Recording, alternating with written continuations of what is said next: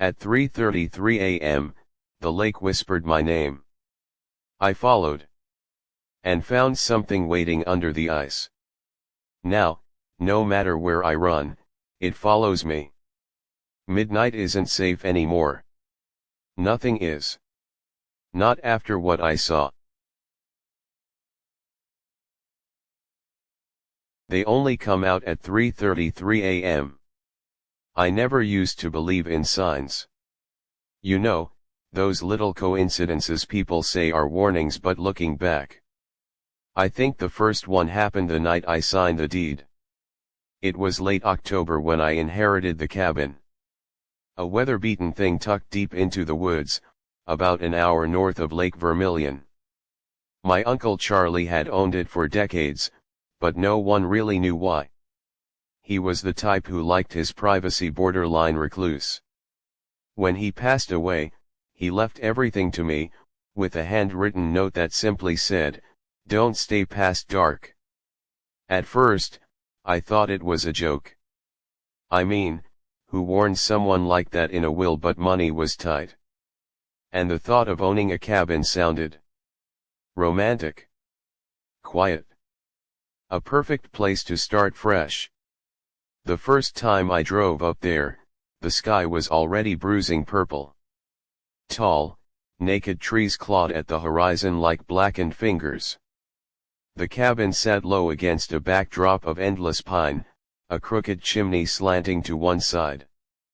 The windows were cracked, the porch sagged, and the wind carried a sound through the woods that I couldn't quite name, like a low, breathy whistle. Still, it had a charm. Rustic. Solitary. I moved in that same night. Unloaded the essentials. Lit a fire in the ancient stone hearth. Watched the flames dance while the shadows grew taller against the walls. At around 3 a.m., I woke up sweating. The fire was dead. The room was freezing. And there was a noise, a rhythmic, slow tapping coming from somewhere outside. Tap. Tap. Tap. Still half dreaming, I stumbled to the window. The backyard sloped gently toward a frozen lake I hadn't noticed before. Moonlight glinted off its glassy surface.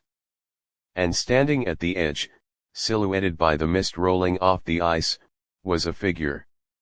I couldn't see any details, just a shape. Tall. Still. Facing the cabin. I blinked hard. Gone. Nothing but the empty lake, silent and shrouded in fog. Shaking it off, I told myself it was just a dream. Maybe a leftover image from an overactive imagination. But when I went back to bed, I noticed something on the wooden floor near the hearth. Wet footprints. Leading from the front door. Straight to my bed. The door was locked. It had been locked since I arrived. And I slept with the key in my pocket. I tried to convince myself I was sleepwalking. Maybe I had tracked water in myself. Maybe I was remembering wrong. But deep down, something colder than the night air was curling in my gut. I didn't sleep the rest of that night. I just sat in the corner chair, staring at the door, counting the seconds until sunrise. The next day, I tried to shake it off. Tried to clean. Tried to fix up the porch. Tried to ignore the dark stain near the hearth that no amount of scrubbing could lift. By evening, a heavy snow had started to fall. The woods became ghostly white, muffling every sound. It was beautiful, in a way that felt almost sacred. Or like a graveyard. I told myself I'd go to bed early. Get some real rest. No more late night hallucinations. No more letting my mind play tricks on me. At 3:33 a.m. exactly, I woke again. No alarm. No noise. Just a sudden, absolute awareness, like someone had whispered in my ear. And this time, I heard footsteps crunching in the snow. Slow. Heavy. Deliberate. I sat up, heart slamming against my ribs. No lights on. Only the faint glow of the moon outside, filtering through cracked windows. I crept to the front window, holding my breath. Out by the lake, there were figures more than one now. 5, maybe 6. Tall. Human-shaped. Standing perfectly still on the frozen surface. They weren't moving. Just staring up toward the cabin. I couldn't make out faces. Just hollow black where their eyes should have been. Even though the night was deathly still, their clothes and hair drifted in an invisible wind. I slammed the curtains shut, heart hammering against my ribs. What the hell was happening? Was I dreaming? Was this cabin cursed like the rumors said? Something scratched against the front door. Not pounding. Not knocking. Scratching. Long, slow, deliberate scrapes. I grabbed the poker from the hearth, tiptoed to the door, and pressed my ear against the wood. A whisper drifted through the cracks. Not words. Just a sound wet and guttural, like breathing through broken glass. Without thinking, I threw the lock and yanked the door open. Nothing. No one. Just the endless white stretch of snow and the black trees beyond. But there, etched into the snow leading down toward the lake, were footprints. Fresh. Barefoot. And they didn't lead toward the house. They led away. Toward the ice. Toward whatever was waiting out there. I should have shut the door. I should have locked it and never looked back. But something pulled at me, a low thrumming under my skin. A voice that wasn't a voice, whispering, "Come see." I bundled up. Pulled on my boots. Grabbed a flashlight. And followed the prints down to the lake. The ice creaked under my weight as I stepped onto it. Fog rolled low over the surface, thick and choking. The flashlight beam barely cut through it. I followed the footprints farther out. And then they just stopped. Mid-ice. Like the person had vanished into thin air. I was about to turn back when I noticed it. A crack in the ice. Long, thin. Winding like a spider's web out from where the footprints ended. Beneath it? Movement. A slow, undulating shadow swirling under the frozen surface. I knelt down, breath fogging against the ice. And I saw faces. Dozens. Hundreds. Pressing up against the bottom of the ice. Mouths open in silent screams. Eyes wide and rolling. Their hands scrabbled at the ice from below, as if trying to claw their way out. And in the center, one face that mirrored my own. Staring up at me. Smiling. I stumbled back, slipped, nearly cracked my head on the ice. My flashlight spun away into the darkness. When I scrambled back toward shore, I didn't look back. I didn't stop until I was back inside the cabin, bolting the door, stuffing towels under the windows, lighting every lamp I could find. But no amount of light could make me unsee what I saw under that lake.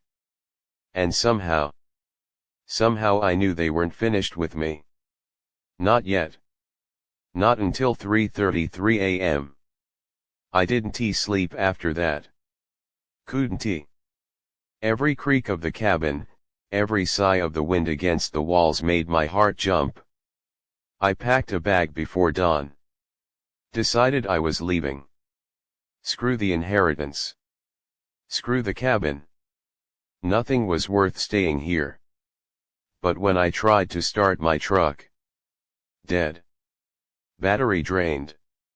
Not even a click. I tried my phone. No signal. No GPS. Nothing. The woods had swallowed me whole. I spent the day pacing, trying to think. Maybe I could walk back to town. It wasn't that far. A few miles. If I stuck to the road. As night fell, I bundled up again.